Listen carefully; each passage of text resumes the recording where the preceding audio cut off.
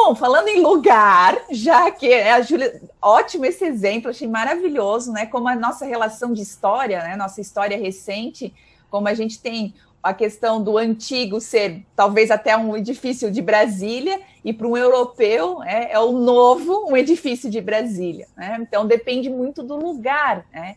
E isso tem muito a ver também com o que a Catarina, minha xará, estuda bastante, sobre a relação geográfica do espaço, de como a gente tem que saber, num país continental como o Brasil, nos estados, a gente tem estados, né, no Brasil, que o interior e o centro urbano também são completamente diferentes. Catarina, ajuda a gente aí como biofilia, lugar, o que a gente tem que considerar em relação a esse Brasilzão, paizão, né, chamado Brasil. Vamos lá, Catarina, ajuda.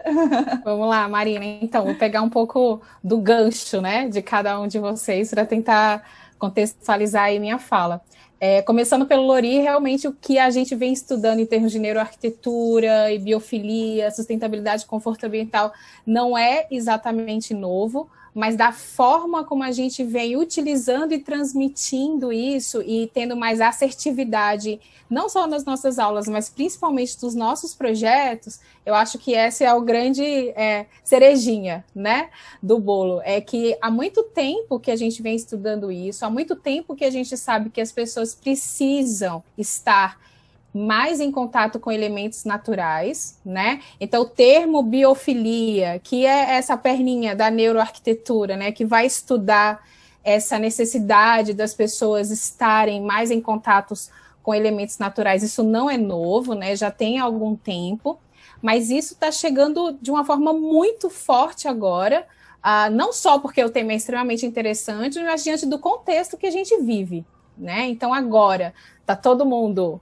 eu espero, eu imagino, está todo mundo isolado, né? Então a gente começa a realmente sentir, a perceber o tanto que esse elemento natural, o tanto que o abraço faz falta, o tanto que estar do lado de fora faz falta, e isso a gente já vinha falando. Então, né, reafirmo que vocês vêm comentando, não tem nenhuma novidade, mas agora os estudos trazem essa certeza de que a maioria das pessoas, como a Cris falou, né, com bastante precisão, isso não vai funcionar para todo mundo, mas que a maioria das pessoas sente falta. E a gente consegue fazer um link muito forte com esse nosso estudo aí de mestrado, que é o que a Júlia veio falando do doutorado, né, questões mais técnicas relacionadas ao conforto ambiental e à sustentabilidade, e agora esse ser humano ele entra como o grande, né? Como o grande foco. Porque até então, quando a gente falava que a gente fazia um projeto utilizando técnicas mais sustentáveis, que estão relacionadas ao conforto ambiental, o meio ambiente era o grande foco. A gente não queria gerar grandes impactos ambientais, a gente queria fazer bem para a natureza, e agora isso casa muito bem, né, no retorno. Como que essa natureza também faz muito bem para a gente. Então, mais uma vez, é um equilíbrio, né? É uma troca. Então, a gente, né, as pessoas dentro de casa começam a perceber, talvez, Júlia, se você refizesse essa pesquisa agora, né, essa vista do ambiente externo, ela ganharia ainda mais ênfase. Muito eu fiz uma mais, brincadeira, né? Mais. Eu fiz uma brincadeirinha rápida lá no meu Instagram e falei assim, para as pessoas tirarem foto dos espaços, né, que traziam mais prazer, os espaços da casa, ou do ambiente que as pessoas estavam, e eu vou falar para vocês que 90% das pessoas tiraram foto da vista, né, tiraram foto do elemento externo. Ao mesmo tempo, parece uma coisa simples, né? Como a Marina falou, se a gente vai trabalhar com biofilia, a gente tem que trazer luz, a gente tem que ter ventilação, e a gente coloca uma plantinha dentro de casa e está resolvido. Então, eu acho que não é só por aí, né? Primeira coisa, o Brasil é gigantesco, se a gente fizer um recorte nacional. Então, eu tenho aí um histórico de vida onde eu sou nordestina, eu já estudei, fiz meu mestrado em Florianópolis, hoje eu moro em Brasília, mas também já morei em Uberlândia, e trabalho muito com projetos para o norte, né, para Belém, para Macapá. Então, além de viajar muito pelo IPOG, né, Lori, que o IPOG faz com que a gente tenha essa oportunidade de viajar Brasil afora, eu também sou consultora do Sebrae há 15 anos, onde eu também viajo e tive essa oportunidade de já ter morado em várias regiões. Então, não existe uma receitinha de bolo, como vocês falaram de uma forma muito correta. Então, a diretriz pode ser a mesma, né? Vamos ventilar os espaços. Mas será que ventilar um espaço no Rio Grande do Sul é a mesma coisa de ventilar um espaço em Maceió? Né? Será que todo período do ano as pessoas do Rio Grande do Sul, vocês aí, Marina e Lori, que estão aí no sul, será que vocês vão querer o vento sul aí no período de inverno?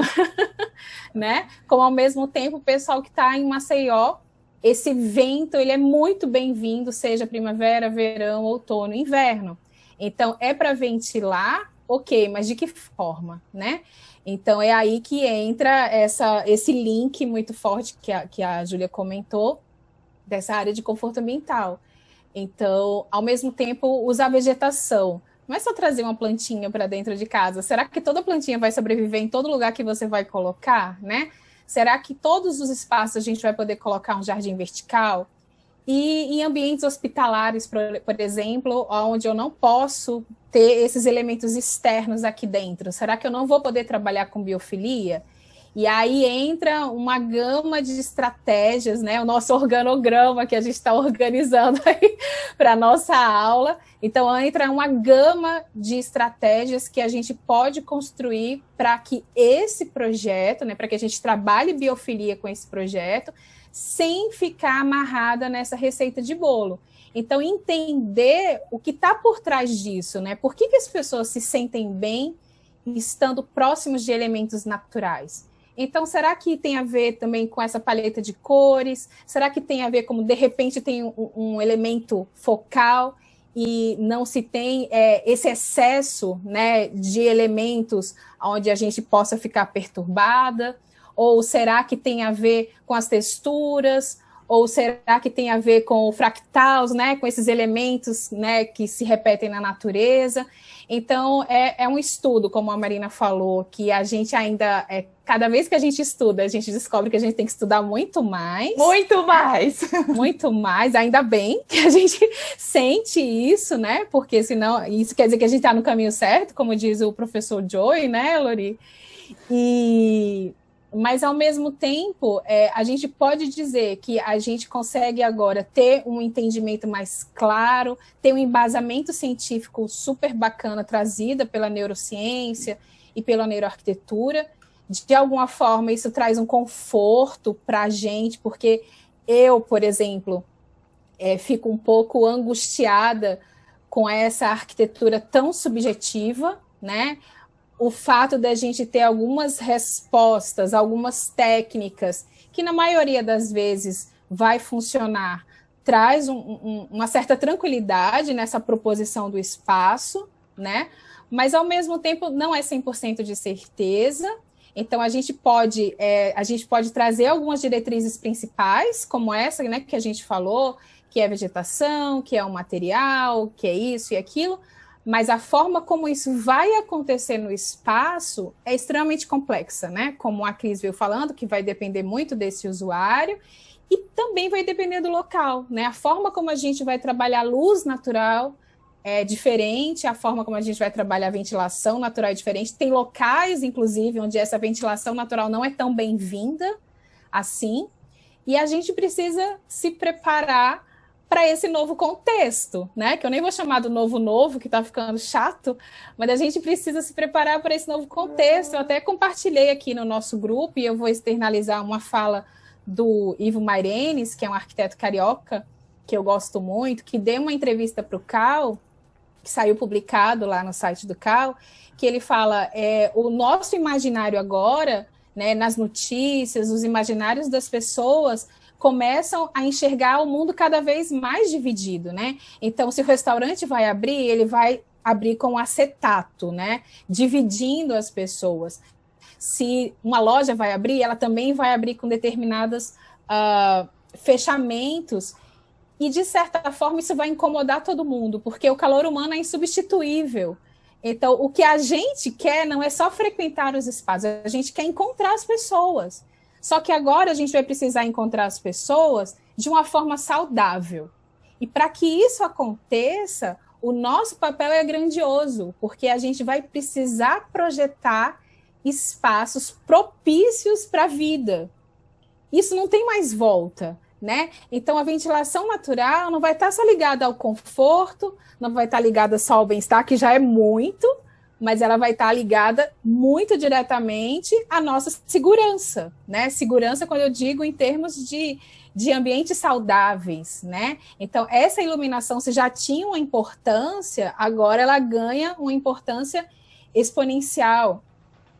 E, novamente, não se tem uma receita de bolo, ainda bem, porque a gente iria perder o nosso lugar do mundo, né? Então, ainda bem, essa complexidade aí é o trabalho do arquiteto, né? Exatamente, é né? Que gente vai traduzir isso daí, eu espero.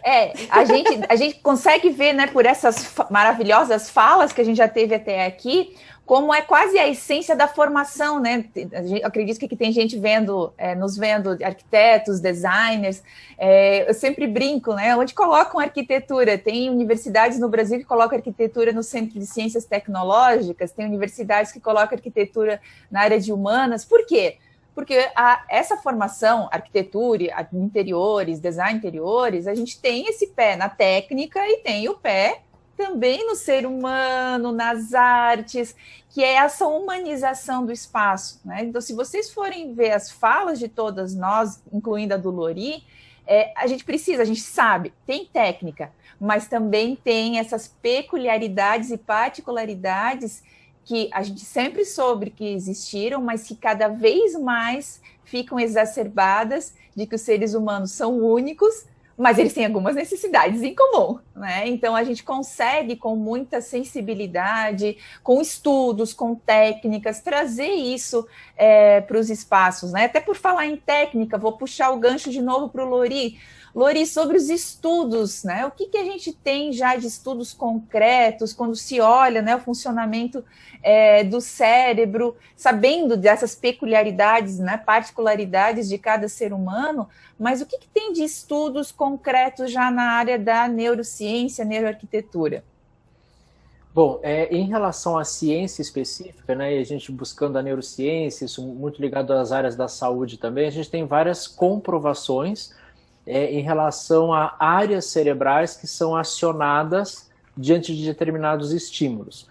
No entanto, a gente continua tendo a questão da subjetividade, porque esses estímulos eles são muito traduzíveis à experiência de cada um. Então, isso ocorre mais ou menos assim. Nós somos regidos, aí pegando o gancho da psicologia, né? Na psicologia comportamental, nós somos regidos por 3 grandes campos. A gente tem o campo sensorial, que ele está ligado às nossas sensações e automaticamente emoções.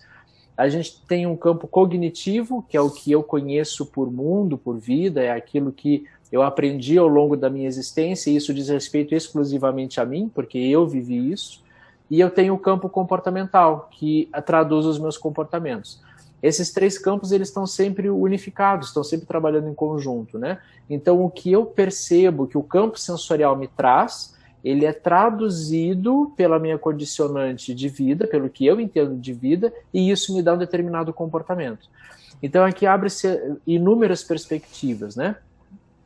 Quando a gente começa a falar disso que a Catarina muito bem trouxe, né, que não tem a receita de bolo, uma das áreas que mais se utiliza, e talvez não a primeira grande área que se utiliza dos artifícios de neuroarquitetura, é a arquitetura comercial, porque lá a gente precisa de um resultado, o projeto tem que entregar um resultado, e o resultado é a experiência do cliente. Nunca se falou tanto em experiência como se fala hoje, né?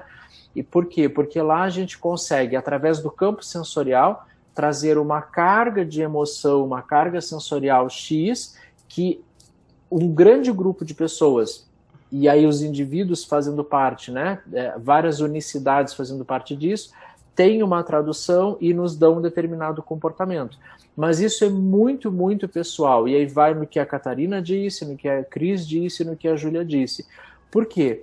Porque quando a gente pega, por exemplo, o que uma marca vai trabalhar como público-alvo, e aí a gente está falando de personas, de arquétipos, que só aí dá uma outra live, mas quando a gente começa a traçar esse perfil, a gente vai entender que se, por exemplo, nós 5 estivermos dentro de algo chamado público-alvo de uma determinada loja, quando nós chegarmos os 5 nessa loja, nós os 5 vamos tender a achar a loja muito interessante, a gente vai gostar da maioria das cargas sensoriais que tem ali, o olfato, a musicalidade que tem a ver com a audição, o modo como eu transito pela loja, as texturas, as cores, os materiais, eu vou entender aquilo de uma forma muito, muito, muito saudável. Eu e vocês 4, porque nós os 5 estamos dentro do público-alvo. No entanto, isso não significa que nós 5, ao entrarmos nessa loja, vamos escolher os mesmos produtos para comprar.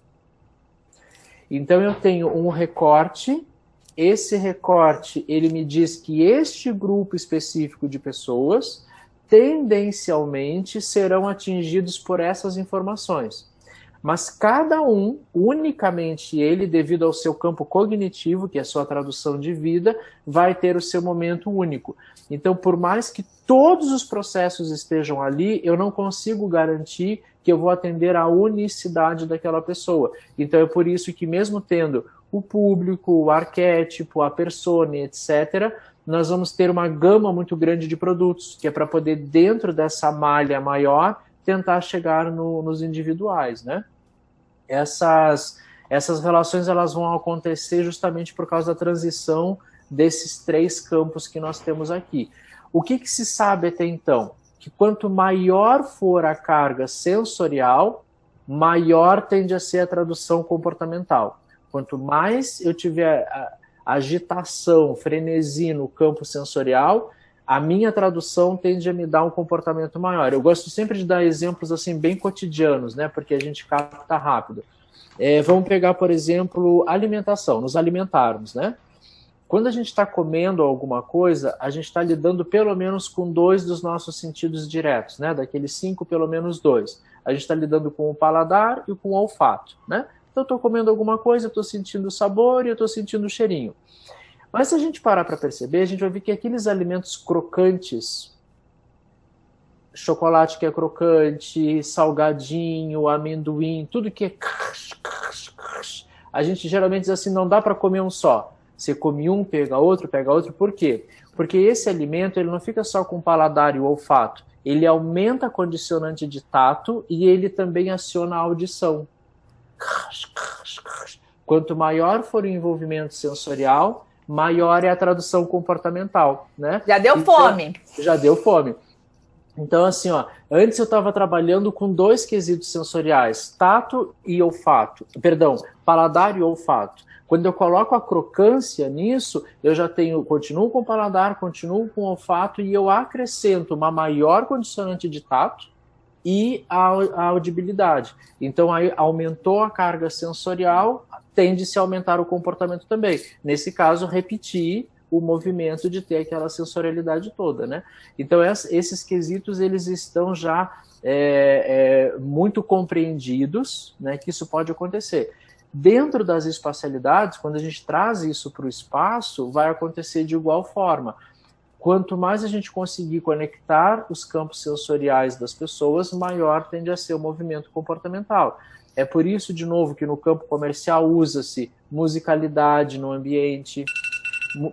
Muitas lojas trabalham também com a questão de odorização no espaço. Então você tem audição, você tem o olfato, você continua com muita percepção, tem uma técnica que a gente chama de tato visual, né? Então a gente meio que dá uma abusada nas texturas, porque aí visualmente você já tem as condicionantes de tato, mesmo não tendo tocado ainda. Então quanto maior for a composição no campo sensorial, maior tende a ser a tradução no campo comportamental. E aí, claro, tem ligações que vão diretamente ao quesito a Júlia falava das memórias afetivas, né? Tudo aquilo, a memória afetiva ela pode ser naturalmente utilizada ou ela pode ser criada. A gente pode gerar uma memória afetiva se a gente quiser. A gente condiciona isso, né? Mas isso tem muito a ver com o ambiente que nós estamos inseridos.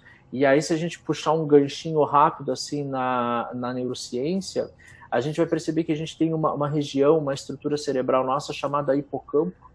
E lá no hipocampo acontecem duas coisas importantes para nós na arquitetura. Obviamente que acontece muita coisa, mas dando o recorte, né, acontecem duas coisas importantes para nós na arquitetura, que é no hipocampo que nós temos o processamento do que a gente chama de GPS mental, que é o como eu me relaciono com a espacialidade, né? Então eu leio esse espaço, eu sei que eu vou por ali, que eu saio por aqui, que eu tenho que circundar aquele determinado mobiliário. Então eu tenho um GPS mental traçado para poder me permitir utilizar esse espaço. E também dentro do hipocampo a gente tem a conformação das memórias, sejam de curto prazo, sejam de longo prazo. Depois elas vão se subdividir de novo, mas o hipocampo trata disso. É devido a dentro da mesma estrutura a gente ter essas duas condicionantes que acontecem coisas mais ou menos assim. Eu estou aqui conversando com vocês, eu estou no escritório da minha casa, e aí eu lembro que eu queria mostrar algo para vocês. Acabei de comprar uma caneta, quero mostrar a caneta para vocês. Mas essa caneta não está aqui, essa caneta está lá na sala. Quando eu saio desse espaço e eu chego na sala, pode, não é que vá, mas pode acontecer de eu ter uma reação mais ou menos assim. O que mesmo que eu vim pegar aqui? E aí eu volto. Quando eu entro no escritório, eu faço assim, era a caneta. E aí eu volto racionalmente e pego a caneta. Por quê? Porque esse meu ambiente, ele já tinha conectado no primeiro momento uma memória de curto prazo junto com o meu GPS mental, junto com a espacialidade. Quando eu troco a espacialidade, não é que vá, mas pode acontecer de eu perder aquela memória junto, né? Porque ela era uma memória só de curto prazo, uma memória rápida. É isso que faz com que a gente tenha lembranças de determinados lugares que podem nos lembrar de pessoas, de sensações boas ou ruins. Aí a gente já começa a entrar no campo da valência, né? Se é positivo ou se é negativo. Mas a ambientação, a minha conexão com o espaço, devido a essa conexão de GPS mental que eu faço, né, com o traçado que eu faço, ela tende a estar conectada a um campo de memória também. Bom, mas enfim, aí a gente começa... Aqui eu já tô assim, quase colocando a mãozinha e vendo o coraçõezinho saindo, né, ouvindo o Lori. Mas é interessante também como ele fala muito de tende, né, como é uma área que eu trabalho bastante, a questão das tendências, a gente tem que sempre lembrar isso. Tende a acontecer, não é uma amarra, né? Inclusive, eu já li alguns artigos e pessoas que falam, assim, principalmente da biofilia, não, tem que usar isso, tem que usar aquilo. Não, depende, né? Depende da pessoa. Tu não pode usar formas pontudas, mas espera lá, se a pessoa vive lá no Grand Canyon ou no lugar que as rochas fazem parte do dia a dia, trazer isso para dentro de casa é uma memória afetiva talvez para aquela pessoa, né? E não é necessariamente ruim. Então, tudo que é muito rígido, a gente tem que desconfiar, né? E essa questão dos sentidos também, nosso cérebro adora, né? A neuroplasticidade, né? Para estimular, o nosso cérebro precisa de tudo isso. E agora eu vou botar todo mundo aqui em maus lençóis, para vocês verem, né? Como é subjetivo. Imaginem que a gente se reuniu aqui por afinidades, né? Trabalhamos em áreas similares, mas com certeza cada um tem uma particularidade. A gente falou, alguns falaram aqui, né? A Júlia falou também, a Cris, de certa forma também, o Lori, a minha xará, a Catarina. O que para cada um de vocês tem alguma memória afetiva dentro do ambiente que vocês estão agora? Dentro da casa de vocês ou do escritório? Vamos começar com a Cris. Cris, tem alguma coisa de memória afetiva aí no teu ambiente, na tua casa? Eu estou aqui no escritório. Tem. Então, tem. O que é? Aqui tem fotos de pessoas que eu amo. Aqui tem objetos que eu ganhei de pessoas que são importantes para mim. Lugares que eu frequentei, fotos de lugares que eu já fui. Eu falo que esse espaço aqui ele é recheado de memórias. Que para mim E que com certeza, talvez até algum que está ali foge do contexto de composição, de elementos que deveriam ter sido utilizados, mas que para ti faz todo sentido. Vamos dar uma puladinha, Júlia, que eu tô vendo também, tu tá na sala aí, tá cheio de coisa. A minha estante é completamente memória afetiva, ainda mais nesse momento que o escritório teve que vir para dentro de casa. E aí a assistente aqui atrás, ela foi totalmente reformulada, né, de trazer essas coisas profissionais. mas as minhas paixões, né, de design de mobiliário, que me lembra lá da primeira turma do IPOG que eu fiz de design de interior, onde eu fui estudar a história do mobiliário, a cadeira como arte, então eu amo colecionar cadeiras, ó, tenho várias cadeirinhas. Tem ali uma igreja de barro que tem a ver com a minha família mineira, lá do norte de Minas, né, de uma região do Vale do Jequitinhonha, onde é o artesanato do barro. E aí já mistura com a minha vida em Brasília há 25 anos, de croquis de Niemeyer, das composições do Atos Bulcão. Então é uma mistura, né? E as plantinhas, né? Aqui em casa são cheias. Já quero dica para ficar assim verde, tá? Olha aqui, tem lá fora, eu tive que trazer as da Qualiar, então eu ocupei o hall do apartamento ali dos vizinhos, porque minha mãe e meu pai sempre amaram terra, sempre amaram planta. Então, se não tiver planta, e nesse momento é a válvula de escape. Para ter uma ideia, a minha filha está fazendo plantio de horta numa áreazinha assim de grade da janela, porque ela está vendo a evolução da cebola e do tomate. Então é isso, memórias afetivas. Aí outra relação, né? Não necessariamente faz parte de um estilo de composição, de um estilo de ambiente, mas as revistas de decoração sempre tinham uma mesa de centro e um pincel chinês em cima, naquela decoração. Eu me pergunto, quem sabe a história desse pincel chinês? Quem tem relação com ele? E simplesmente uma peça comprada, mas que não tenha... né? Parece que é um kit, assim. É o kit decoração, é o kit paisagismo, eu falo do kit sustentabilidade. Então, tudo que é kitzinho, cara, não funciona, porque é Desconfie, gente. Desconfie em métodos, assim, muito específicos. Claro que tem a básica. Por exemplo, né, eu que trabalho com Gestalt já está me contradizendo. Sim, uso e uso muito. Mas a gente não pode esquecer desses apêndices todos, né? Vamos lá, Xará. O que tem aí? Quero saber, Catarina. Olha o som. Tá mutada, Catarina. Poxa vida, eu falei uma coisa tão importante. Eu tô aí? Minha casa também tem uma série de recordações. E esses dias eu abri uma gaveta, e se minha mãe estiver me assistindo, ela vai chorar agora, porque eu quase chorei. Então tinha uns paninhos bordados pela minha avó, que nunca mais eu tinha visto. E quando eu abri, sabe quando você se sente criada na praia? Eu sou alagoana, depois eu fui para Florianópolis, eu sempre fui criada em local que tinha muitos elementos naturais, né? E o porquê que eu escolhi o meu apartamento é justamente pela vista direta que eu tenho do parque, né? Então, eu não estou na praia, mas a gente fala aqui em Brasília, o céu de Brasília, né? É o nosso mar. Então, na hora que eu tô na janela, por mais que não seja o mar que eu esteja vendo, me vem essa memória, né, de estar num espaço aberto, de não estar num espaço enclausurado, por mais que eu esteja num apartamento.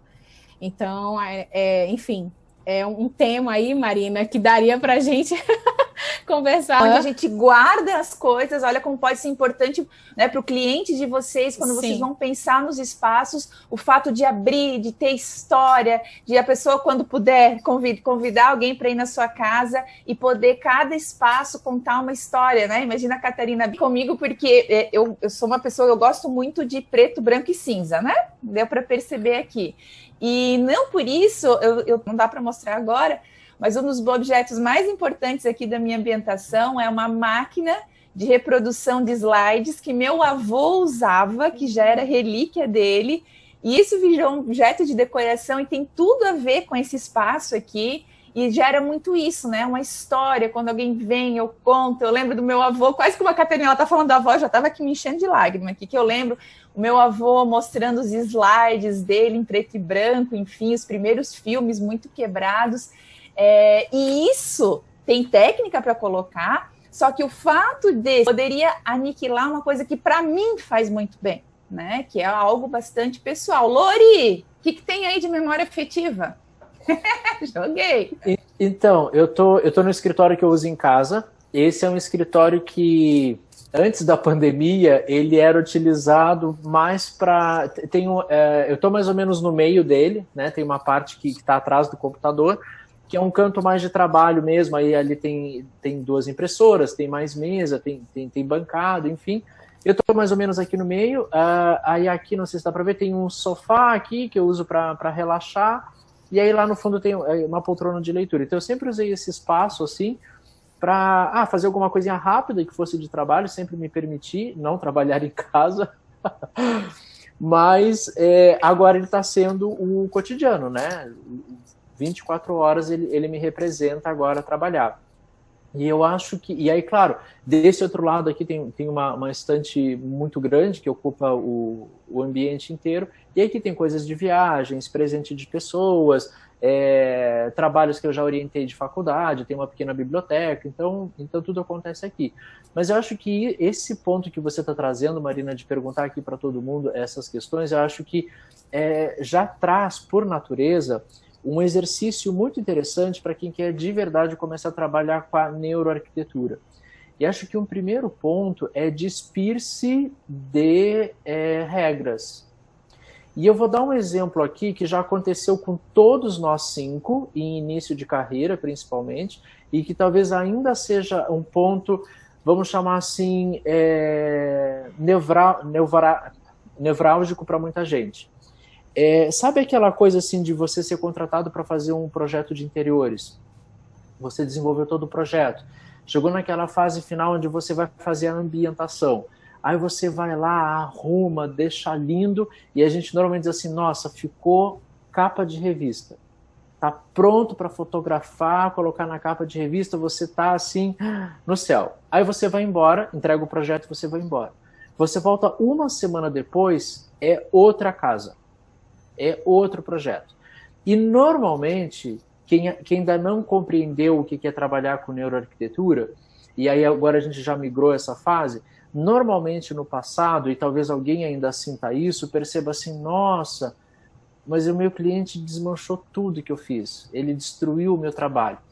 É um momento de pausa para a gente pensar no seguinte, o que você ambientou era para ele ou era para você?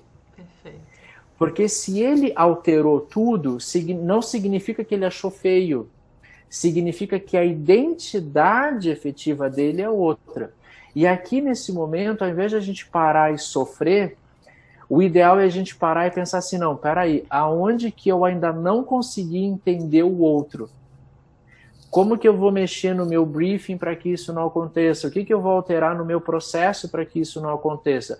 Porque um projeto lindo de verdade é aquele que ele, usuário, chega e diz assim, meu Deus, sou eu. Pronto, aí sim você cumpriu. Talvez para a sua fotografia não fosse o melhor ambiente, mas para a imagem que ele vai ter, com a apropriação que ele vai ter, com a identidade que ele vai trazer para ele, isso é que de fato vai qualificar o nosso projeto. Eu sempre brinco assim, tem alguns projetos que nos enganam, né? Por exemplo, projeto de apartamento decorado. Quando a gente fala assim, projeto de apartamento decorado, design residencial. Não. Um apartamento decorado é zero design residencial. Mas é um apartamento, mas é zero residencial.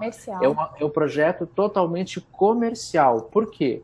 Porque se qualquer um de nós 5, ou qualquer pessoa que estiver nos assistindo agora, chegar em um belo apartamento decorado, muito bem montado e corretamente montado, nós todos vamos traçar uma linha de raciocínio mais ou menos assim, nossa, que apartamento lindo, tranquilamente eu moraria aqui.